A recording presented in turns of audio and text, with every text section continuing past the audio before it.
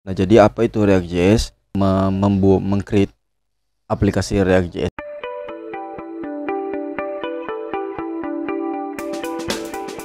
Halo teman-teman semua, kembali lagi bersama dengan saya Alsaskar Mirando. Nah, di video kali ini kita akan belajar mengenai React.js. Nah, jadi apa itu React.js?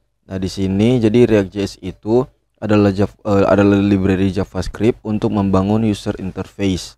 Seperti yang teman-teman lihat di sini, ini saya sudah membuka website resmi dari React.js itu sendiri. Nah, di sini dibilang bahwa React itu adalah JavaScript library yang gunanya untuk membangun user interface. Jadi apa itu user interface? Jadi user interface itu adalah semacam tampilan website yang dimana nanti dengan React.js ini kita dapat membangun tampilan websitenya. Jadi seperti itu teman-teman. Oke. Nah, di video kali ini kita akan belajar mengenai React.js dasar. Jadi kita akan belajar dari awal mengenai React.js ini sendiri teman-teman.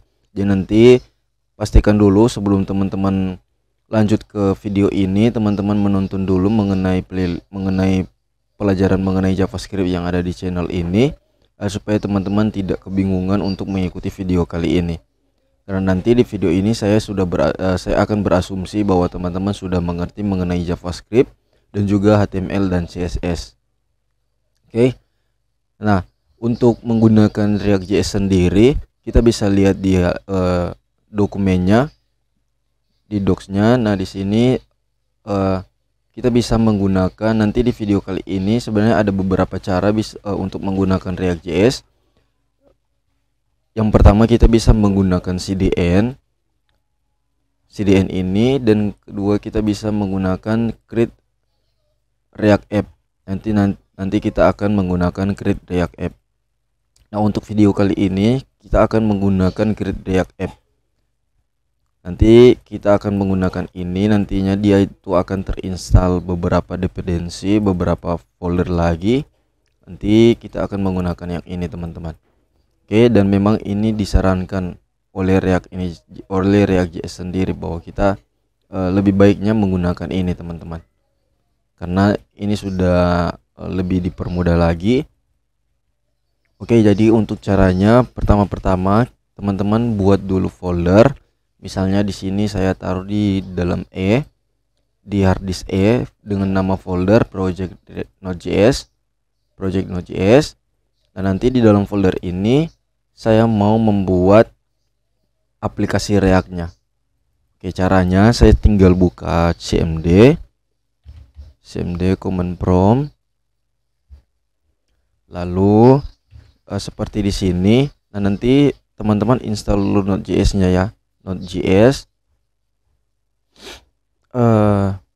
Nanti kita tinggal ketikkan ini, create React app my app. Nah, my app ini adalah nama dari aplikasi itu atau nama dari folder itu sendiri. Oke. Nah, npx ini sebenarnya npm teman-teman. Tapi kalau di React kita untuk membuat project React-nya kita menulisnya npx. Sebenarnya teman-teman bisa menulis npm create React app my app. Tapi di sini dibilang npx, tapi tidak masalah. Nah, di sini saya pindahkan dulu dia ke lalu cd project node.js. Saya clear dulu. Lalu saya create npx create React app. Nah, ini nama folder atau nama aplikasinya. Nah, di sini saya contohkan misalnya apps React JS misalnya seperti ini. Lalu ketika saya enter, tunggu nanti dia akan loading beberapa saat, dia akan loading. Nanti kita tinggal tunggu saja teman-teman. Ini tergantung dari koneksi internetnya teman-teman. Kita tunggu saja.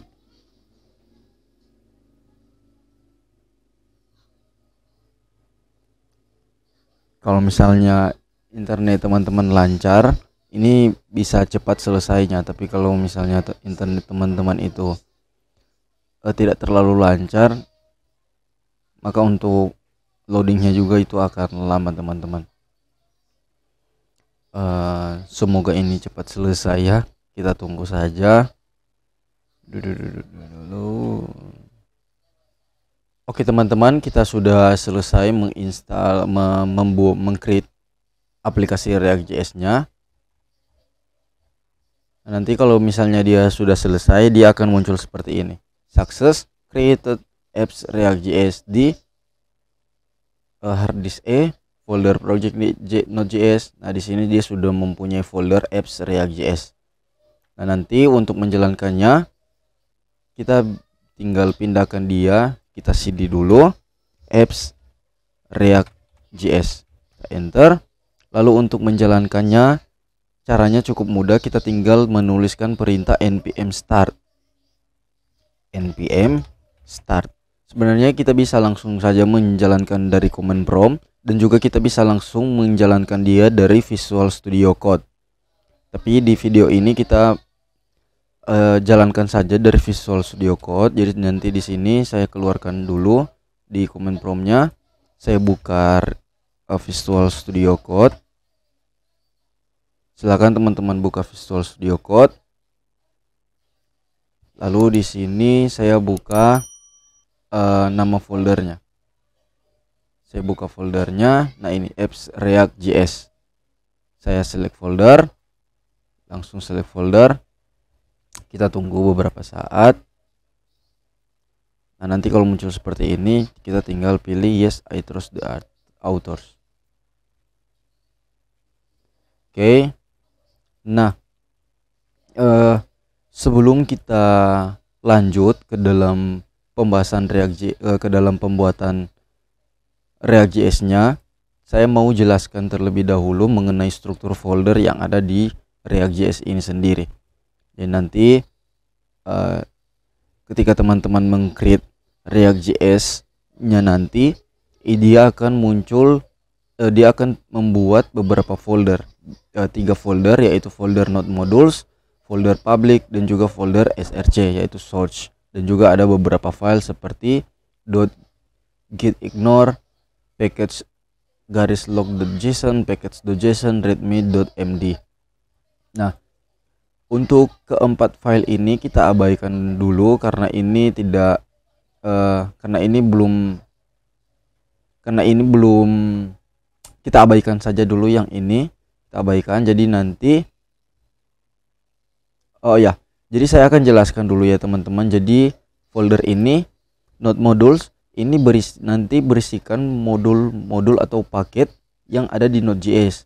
Jadi nanti semua library yang sudah kita download, yang sudah kita download dari luar, itu nanti akan tersimpan ke sini, ke folder ini.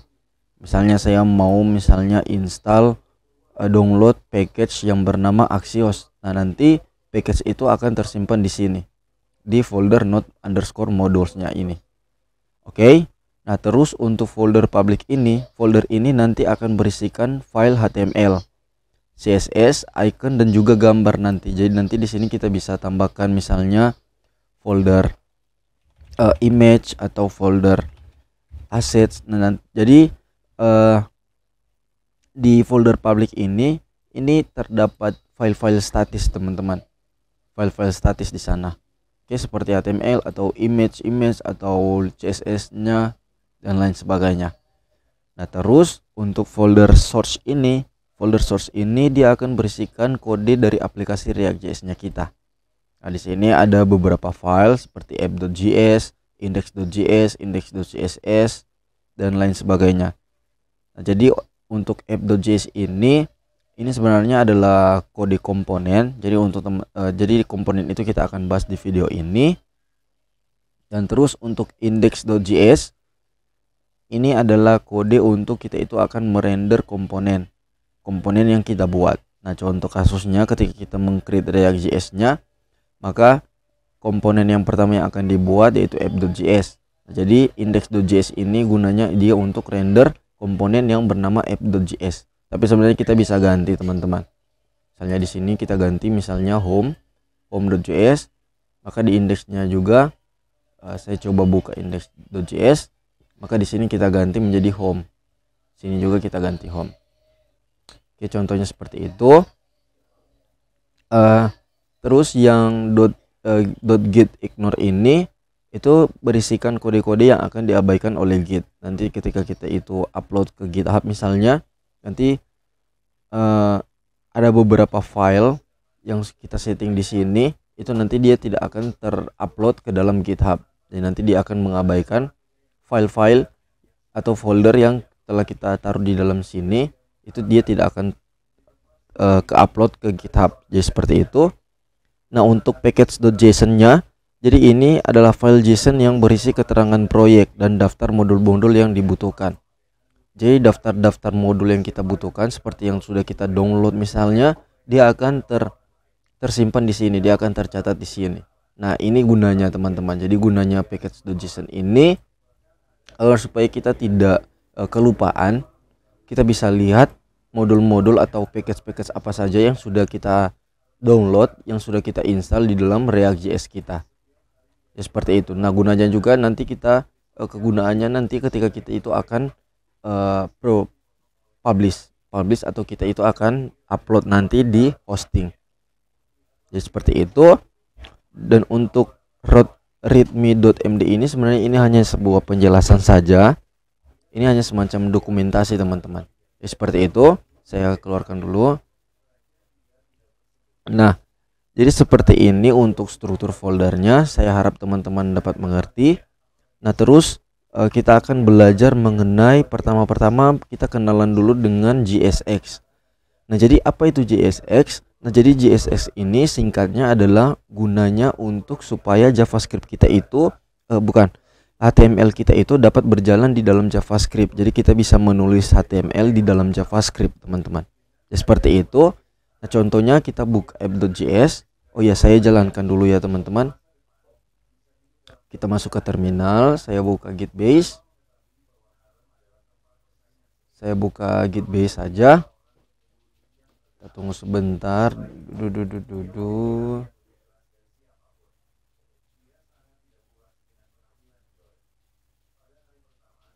Agak lama ya teman-teman, sebentar. React.js. Saya coba buka terminal. Sebentar, loadingnya agak lama.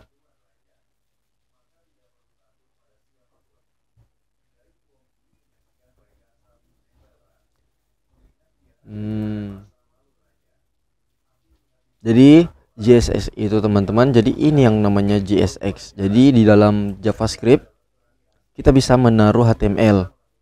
Oke. Jadi ini yang HTML-nya. Sebentar teman-teman, ini agak lama.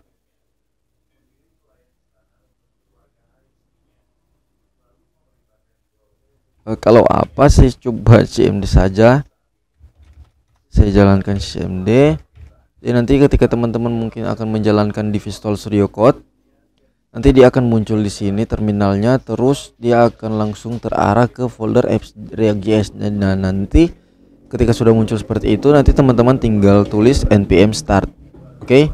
Nah, saya coba jalankan saja di CMD, melalui CMD project node.js cd apps React.js. Nah, di sini saya tinggal langsung npm start. Saya jalankan.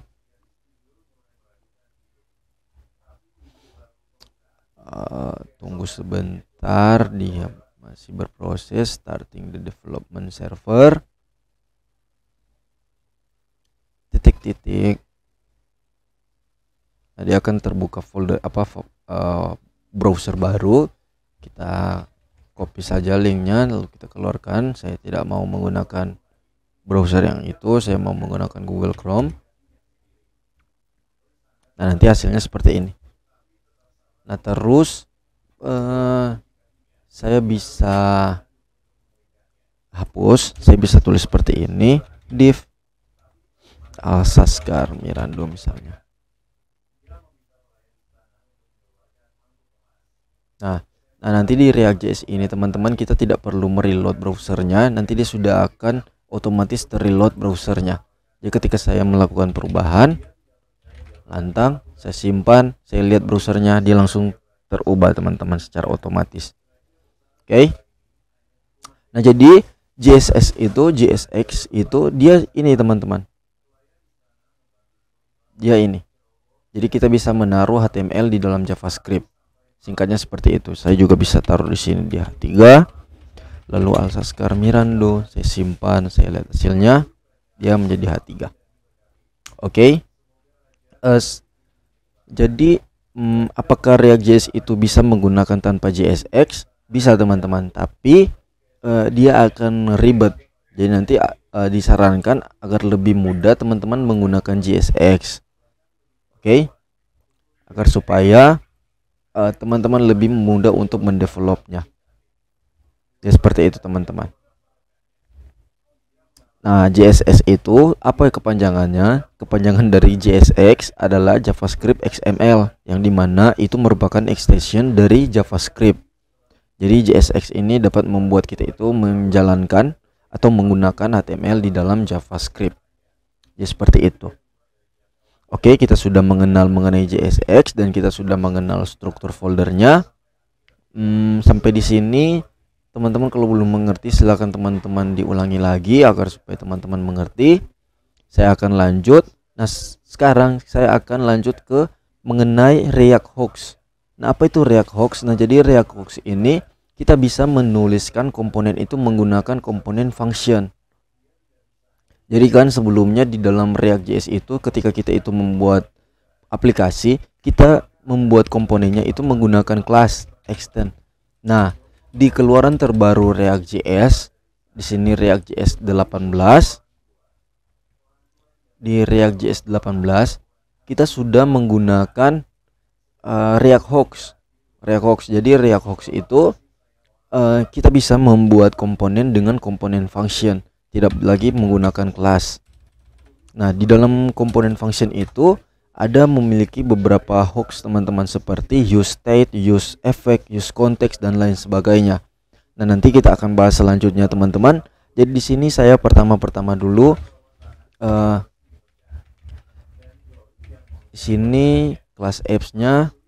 Nah, saya mau menunjukkan kepada teman-teman bagaimana membuat komponen functionnya. Sebenarnya gampang, kita tinggal seperti ini, cons, lalu misalnya di sini about, arrow function, lalu di sini return. Di sini kita bisa taruh ini halaman about, misalnya seperti itu. Lalu about ini kita tinggal panggil dia about. Oke, nah jadi pembuatan komponen functionnya kita tinggal buatnya seperti ini. Nanti kita tinggal panggil komponennya itu seperti ini. Jadi ini nama komponennya dan diikuti dengan garis tutup seperti ini. Oke teman-teman, ketika saya save, saya lihat hasilnya, ini halaman about. Nah, jadi sudah muncul di dalam komponen app. Sebenarnya komponen app ini saya bisa buat seperti ini juga, cons app sama dengan lalu seperti ini, Alsaskar. Hasilnya tetap sama. Ini komponen function. Contoh lainnya saya bisa buat, misalnya untuk membuat komponen juga kita bisa memisahkan dia di file yang baru. Misalnya di sini kontak.js. Jadi saya mau mempunyai komponen kontak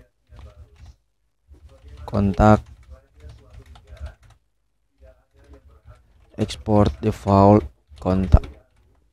Nah, jadi export default ini nanti dia gunanya untuk supaya kita bisa import komponen kontak ini ke dalam komponen app ini sendiri. Jadi itu gunanya teman-teman ya. Oke.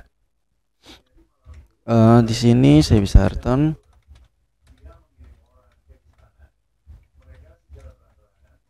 Ini halaman kontak. Saya simpan. Lalu di sini saya panggil dia kontak. Oh, salah, maaf. Nah, nanti dia akan langsung secara otomatis dia akan langsung otomatis mengimport komponen kontak yang dari file kontak.js. Oke teman-teman, seperti itu. Saya simpan, saya lihat hasilnya, maka ini halaman kontak muncul. Jadi ini dulu, ini mengenai komponen function. teman-teman juga bisa kita coba untuk, nah sekarang saya mau membuat props yang ada di komponen. Jadi untuk membuat komponen dalam props, nah jadi props itu apa? Props itu nanti dia akan mengoper nilai yang ada di ke dalam komponen ini. Dia akan mengoper nilai ke dalam komponen. Jadi misalnya di sini saya taruh props, lalu di sini saya taruh misalnya props dot username misalnya. Jadi ini ada halaman about misalnya Alsaskar misalnya seperti itu. Nah, untuk membuat propsnya, untuk memberikan nilai props, kita tinggal di sini ketikkan username. Lalu di sini masukkan misalnya Alsaskar Mirando. Saya simpan, hasilnya menjadi Alsaskar Mirando. Nah, jadi untuk membuat propsnya kita menggunakan parameter props, dan juga untuk memanggilnya kita tinggal menggunakan props.username. Tapi ada juga yang membuatnya seperti ini teman-teman. Dia membuat parameternya misalnya username dan tinggal panggil username. Karena ini kan function, jadi kita bisa buat juga parameter seperti ini. Lalu di sini kita panggil username yang ada di komponen about. Saya simpan, hasilnya masih tetap sama. Ya seperti itu. Nah, sekarang kita akan belajar mengenai useState. Nah, jadi useState itu apa? Jadi useState ini gunanya untuk kita itu bisa memberikan sebuah, nantinya dia akan memberikan sebuah perubahan di dalam komponen kita. Oke, jadi misalnya katakanlah di sini saya coba hapus saja dulu. Misalnya di sini saya buat misalnya apa ya? Misalnya di sini jadi penulisan state-nya saya bisa buat const nama set nama. Misalnya di sini useState. Nah, untuk membuat useState-nya, untuk membuat state kita menggunakan useState pada React.js. Jadi nanti ketika kita menggunakan useState, maka kita harus mengimport useState from React-nya. Oke, dari React itu. Nah, di sini saya bisa memberikan nilai. Nah, jadi di dalam useState ini kita bisa memberikan dia nilai, misalnya juga tergantung dari tipe data yang apa yang akan kita mau buat. Dia mana-mana tipe data teman-teman, dia bisa terserah tipe data apa, misalnya tipe data boolean yaitu false atau true, atau tipe data misalnya string atau integer atau angka, atau string misalnya di sini, atau misalnya array teman-teman bisa taruh seperti ini, lalu misalnya seperti ini array. Nah, ini juga bisa kita taruh di useState, bisa kita taruh state. Nah, sebagai contoh saya taruh sini sebagai string saja Alsaskar Mirando. Nah, saya akan menampilkan nama. Jadi nama enter, ini nanti dia akan muncul Alsaskar Mirando. Nah, dia akan muncul Alsaskar Mirando. Nah, nanti saya mau mengubah nama ini menjadi berubah menjadi misalnya Mirando Malalantang misalnya seperti itu. Nah, di sini saya coba beri dia jarak dulu.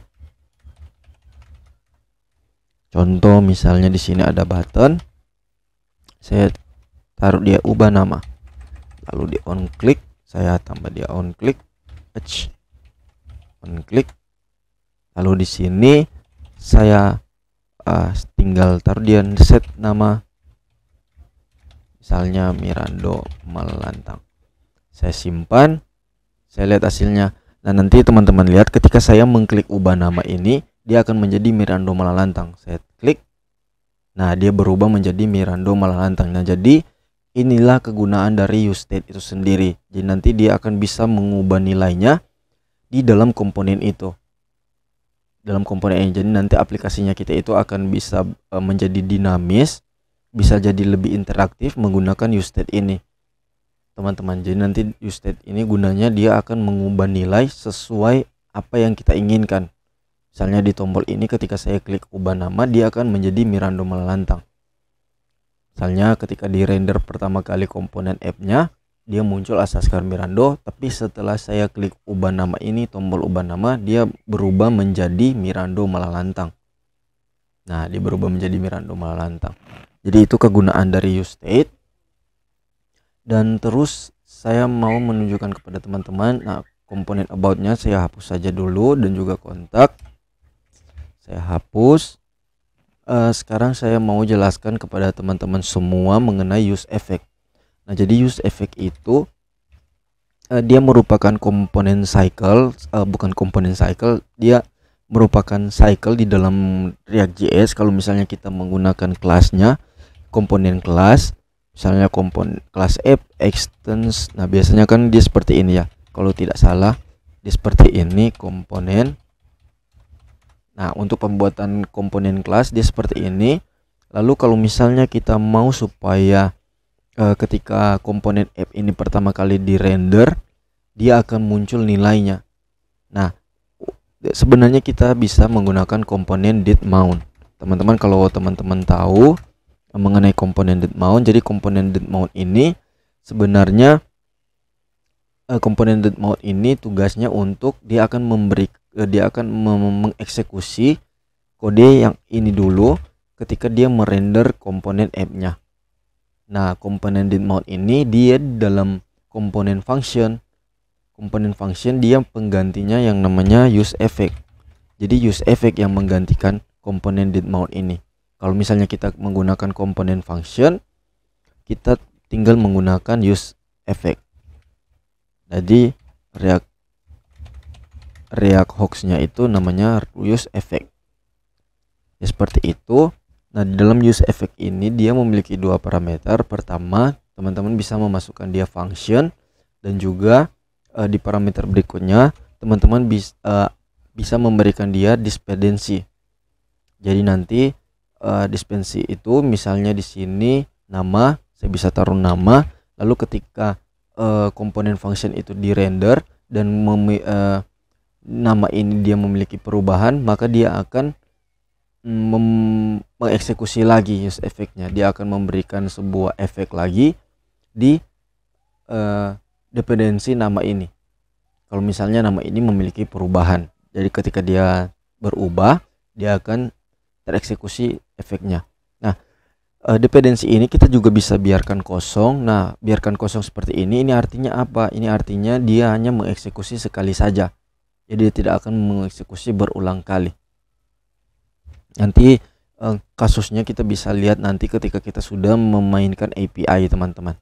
Kita sudah bisa mengambil data dari database dan juga menampilkan data dari database dan lain sebagainya.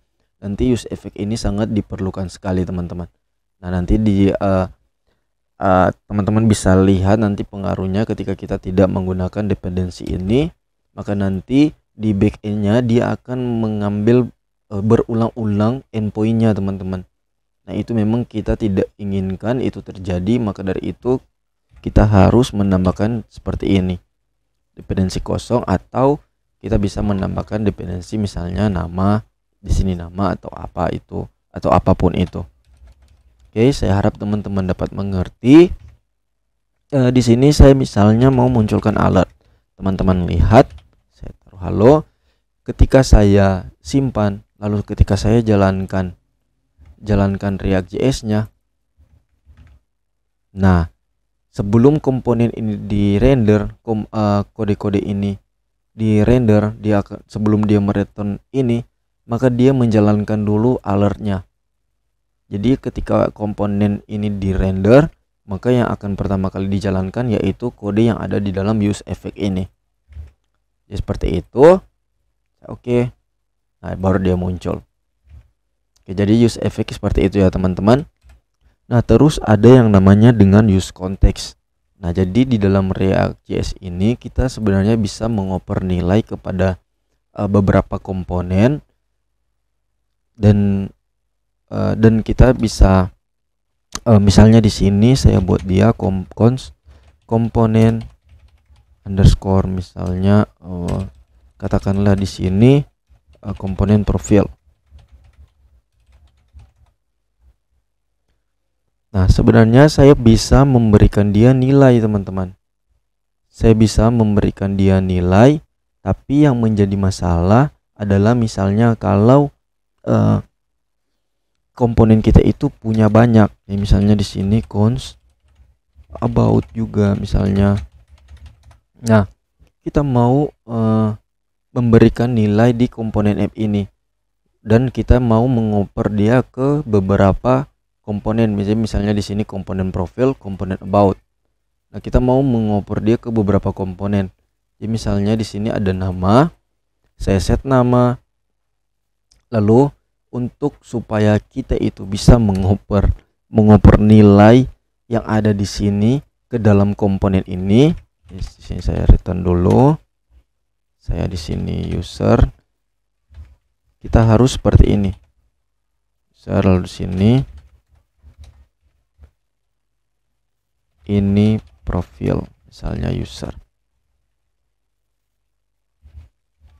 If about user. Nah, jadi tanpa use context, kita untuk mengoper nilai yang ada di sini, kita mengopernya dengan cara seperti ini. Profil, user, lalu nama. Lalu di sini juga about.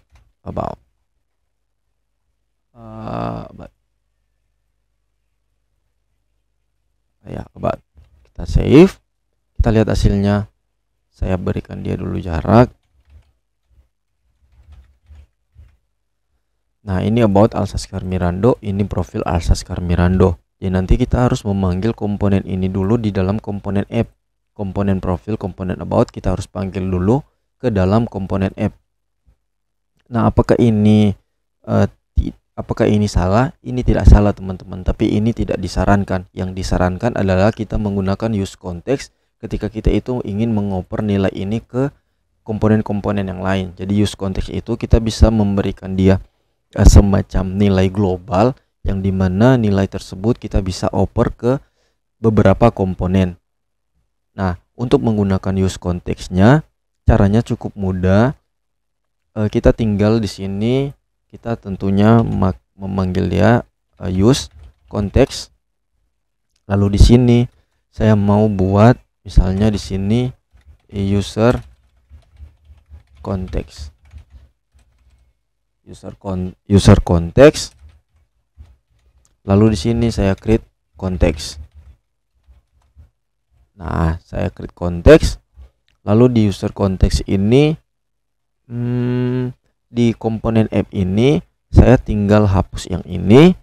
Lalu saya masukkan user context dot provider. Nah, saya masukkan di sini value. Nah, value-nya apa? Value-nya yaitu nama ini. Nama. Seperti ini. Lalu misalnya di sini, nah di sini saya tinggal menaruhkan misalnya di sini saya tinggal buat sini hello. Ketika saya simpan, nah maka dia hanya akan menampilkan hello. Nah, untuk memanggil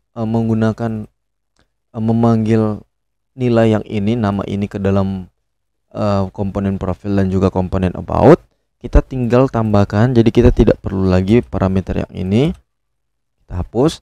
Kita tinggal hanya menulis di sini cons user garis sama dengan use context, user context. Nah, ketika kita tentunya kita panggil dulu ya di sini profil. Nah, kita tinggal memanggilnya seperti ini. Lalu ketika saya simpan, saya lihat hasilnya. Nah, ini profil Alsaskar Mirando. Nah, jadi hasilnya seperti ini. Kita tidak perlu lagi mengopernya seperti ini, user lalu user. Kita tidak perlu lagi seperti itu. Kita tinggal cukup menggunakan cons user context. Nah, di sini juga bukan hanya string, kita bisa membuat dia seperti array atau objek.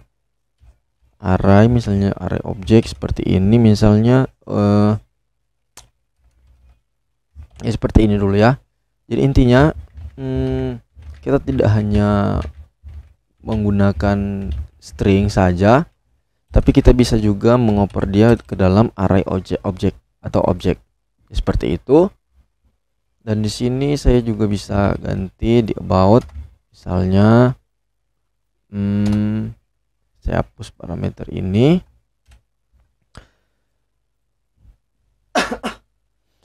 Sorry teman-teman. Di sini about. Nah, terus kita panggil di sini about. Hasilnya, nah ini about Alsasker Mirando. Saya break dulu. Nah, teman-teman bisa lihat ini about Alsasker Mirando. Nah, jadi seperti itu untuk use konteksnya. Nah, sekarang kita akan belajar mengenai router. Nah, jadi apa itu router? Jadi routernya itu dia seperti ini teman-teman. Jadi nanti kita akan memiliki halaman, misalnya halaman about dan juga halaman kontak. Jadi di sini anggaplah ini adalah halaman utamanya kita. Jadi ketika kita mengakses website kita, halaman yang akan muncul pertama kali yaitu adalah halaman utama, yaitu halaman yang ada di dalam komponen app ini. Katakanlah komponen app ini. Seperti itu. Dan ketika kita itu ingin memindahkan ke halaman, misalnya user itu pindah ke halaman about, maka linknya ini akan berubah menjadi seperti ini, misalnya about. Jadi ketika dia pindah ke about ini, maka tampilan ini akan hilang dan akan menjadi misalnya ini adalah halaman about, atau di sini misalnya halaman profile. Ketika saya enter, dia akan muncul ini adalah halaman profile. Jadi misalnya seperti itu. Nah, untuk menggunakan router, kita bisa menggunakan yang namanya React Router DOM. React Router DOM. Nah, kita tunggu sebentar. Nah, nanti di sini kita langsung buka saja. Nah, di video kali ini saya akan menggunakan versi yang 5. Saya akan menggunakan versi 5. Tinggal pilih yang ini. Lalu nanti kita akan install React routernya. Saya terminalnya kita ini belum jadi juga di Visual Studio Code. Saya akan coba keluarkan, saya buka lagi command prompt lalu cd project node.js cd apps react.js cls clear npm install react router DOM add. Nah, add ini untuk menandakan bahwa kita akan menginstal atau mendownload React Router DOM itu di dalam versi 5 ke atas. Seperti ini. 5.3.3. Nah, nanti kalau misalnya teman-teman tidak menggunakan ini, hanya seperti ini, maka dia akan mendownload package React Router DOM yang versi 6.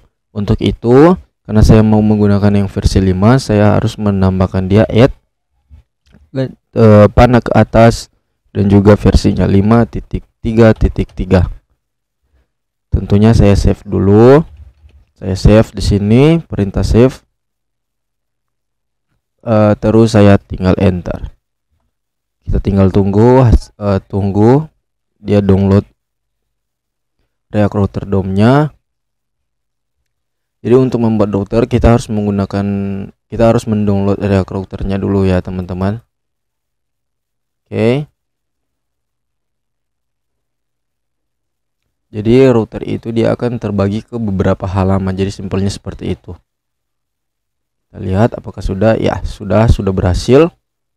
Nah, sekarang di sini saya bisa anggaplah saya hapus saja profile ini.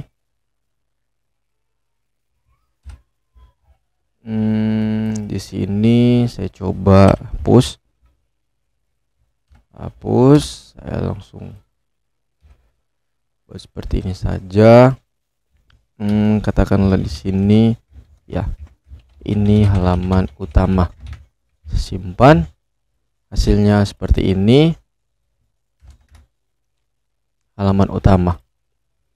Nah, untuk menggunakan router itu sendiri, kita bisa lihat di dokumennya. Kita lihat di sini di import router. Caranya bisa seperti ini. Import browser router as router.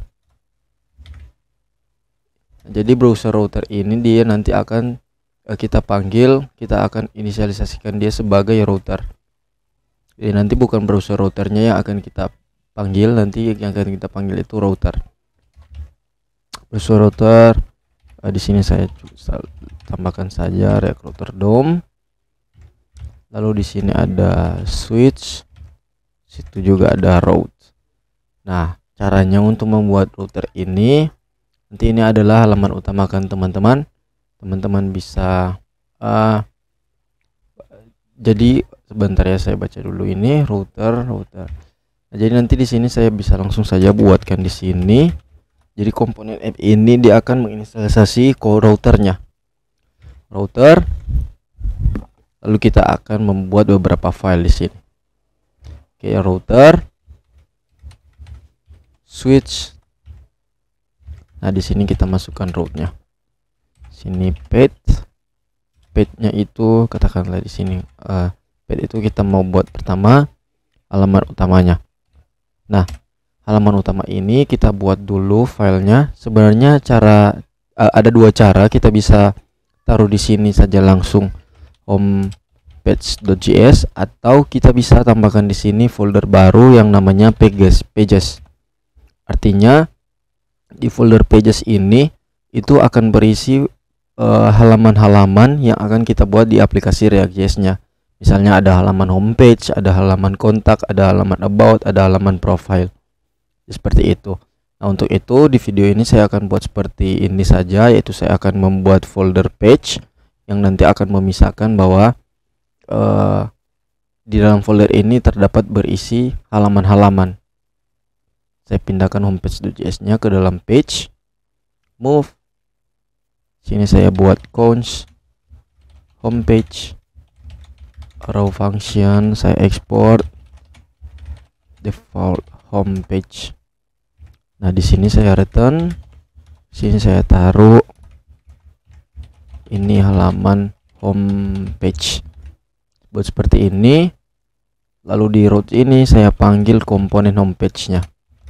Nah, dia akan seperti ini. Dia akan terimport. Import homepage from homepage seperti ini. Saya simpan. Terus saya lihat hasilnya. Nah, ini halaman homepage. Dia berubah menjadi halaman homepage, yaitu yang di sini. Nah, ini homepage. Nah, terus saya mau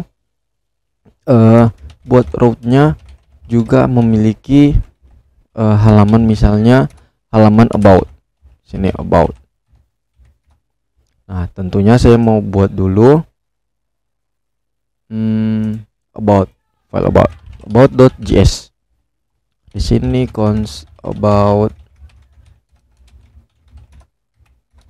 export default about, return.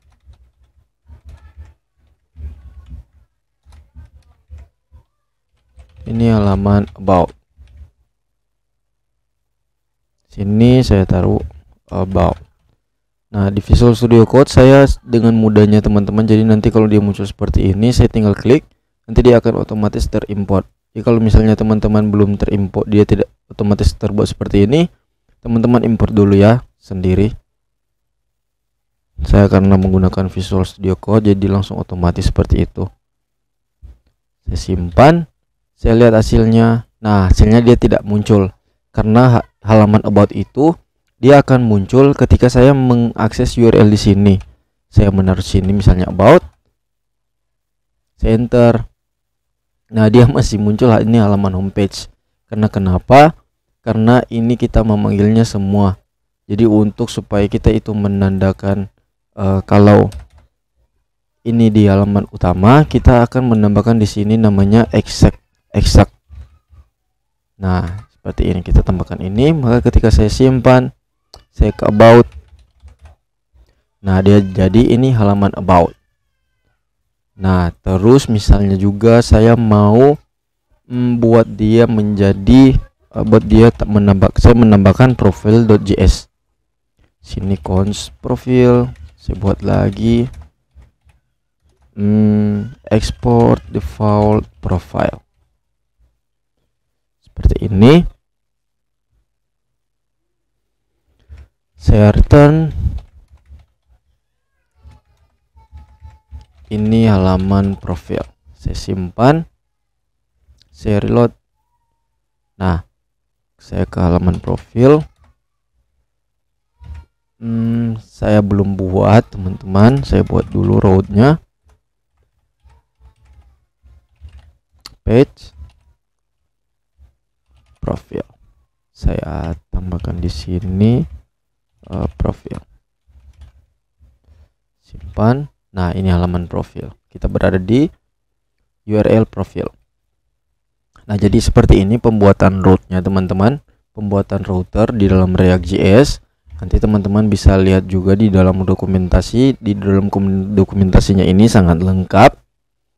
Terus juga kita akan mencoba yang namanya params, use params. Jadi use params itu misalnya di halaman profil ini. Tapi sebelum itu saya coba dulu buat seperti ini. Saya tambahkan dia link sini, import link. Saya langsung enter. Seperti ini. Saya coba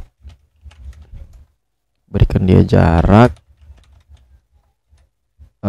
Tambah link. Saya misalnya taruh sini about dia ke about. Juga di sini profil, dia ke profil. Saya simpan. Saya lihat di halaman homepage-nya. Kembali.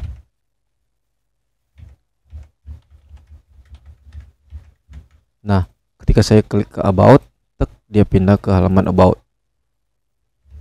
Saya coba lagi. Di sini homepage. Langsung ke buat seperti itu, homepage. Saya ketu homepage seperti ini. Simpan. Saya homepage. Nah, saya buat profil. Dia ke halaman profil. Saya coba di profil juga. Seperti ini.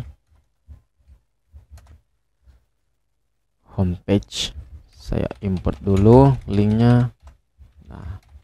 Nah, page. Nah, dia seperti ini.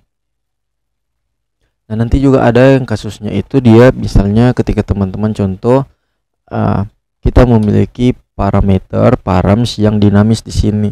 Jadi di sini kita bisa misalnya saya taruh Alsaskar atau di sini Mirando. Jadi ketika saya klik, saya enter Mirando, maka yang akan muncul itu data profil yang berusername Mirando misalnya. Terus kalau misalnya di sini Alsaskar, maka akan muncul data profil yang berusername Alsaskar. Nah, terus juga misalnya di sini kita juga bisa selain username misalnya ada ID sini 1. Nah, maka akan muncul data yang ber-ID 2. Untuk sini 1, maka akan muncul data yang ber-ID 1. Seperti itu. Nah, caranya kita akan menggunakan use params di React Router DOM. Nah, caranya kita tinggal tambahkan di sini use params. Use params jangan di sini, di homepage saja. Untuk itu kita tambahkan dulu route-nya di sini. Di sini kita mau di halaman profilnya. Kita menggunakan use params. Nah, makanya kita memberikan dia di sini .2 lalu username. Nah, terus di halaman homepage-nya kita tambahkan di sini misalnya Alsaskar. Nah, untuk ketika saya kembali ke halaman utama, ketika saya klik profil, maka linknya itu akan menjadi profil _Alsaskar. Nah, bagaimana untuk mengambil nilai ini? Nah, mengambil nilai ini caranya kita tinggal pergi ke halaman profil, lalu di sini kita tambahkan use params. Use params, lalu di sini kita buat destructed object. Start sini cons. Di sini ini kan namanya username. Nah, saya buat username. Lalu di sini sama dengan use params. Seperti ini. Username. Sini saya ini halaman profil, dia taruh username. Saya simpan. Nah, dia muncul ini halaman profil Alsaskar. Nah, ini dia akan dinamis sesuai yang ada di sini. Ketika saya taruh sini misalnya Malalantang, dia akan menjadi Malalantang. Nah, begitu juga kalau misalnya saya punya saya taruh kalau saya seandainya taruh di sini ini ID menjadi ID, maka dia tidak akan tampil apa-apa. Karena URL ini bukanlah ID, tapi namanya adalah username. Untuk supaya dia muncul ID, dia menjadi ID, maka tentunya kita akan ganti yang di ini username ini menjadi ID. Ketika saya simpan, hasilnya sama. Nah, makanya dan terus di sini saya bisa taruh 2 hasilnya 2, 3 hasilnya 3.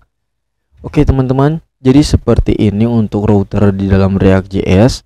Nah, di video kali ini mengenai React.js dasar kita telah selesai, dan nanti kita sampai di sini kita telah selesai belajar mengenai React.js dasar.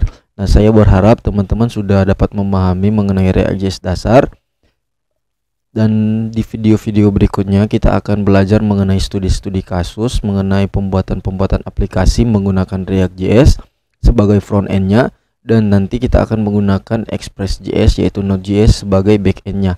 Dan nanti betul-betul kita akan menggunakan full JavaScript untuk pembuatan studi kasusnya. Seperti nanti kita itu akan membuat aplikasi-aplikasi, misalnya aplikasi catatan sederhana atau aplikasi sosial media sederhana dan lain sebagainya. Nanti teman-teman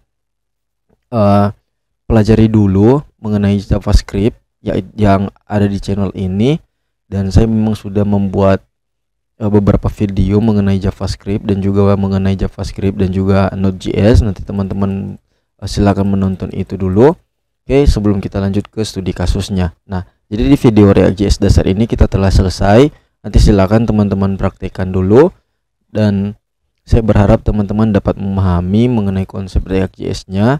Jadi nanti teman-teman belajar dulu, mendalami dulu sampai teman-teman dapat memahaminya dengan baik. Oke teman-teman, dan juga selain dengan kan tadi kita sudah membahas React Hooks-nya, selain use state, selain use effect, selain use context, ada juga yang namanya React Hooks Optimization. Nah, itu bisa menggunakan use callback dan juga use memo. Nah, nanti teman-teman juga bisa belajar di sana mengenai apa itu use memo dan use callback. Nah, di sana React Hooks itu yaitu use memo dan use callback itu simpelnya use memo itu dia akan mengembalikan nilai, sedangkan use callback dia akan mengembalikan dia akan mengembalikan sebuah function. Nah, nanti kegunaan dari keduanya itu adalah supaya nanti ketika render itu dia tidak akan lagi menunggu render itu di load, komponen itu di render lagi atau di load lagi. Dan nanti dia akan menyimpan seperti caching, teman-teman. Oke, dia akan menyimpan data sementara. Jadi seperti itu. Nanti teman-teman silakan belajar mengenai use memo dan use callback. Jadi seperti ini dulu untuk video dasar kali ini. Nanti kita akan lanjut di video-video berikutnya, teman-teman. See you di video berikutnya.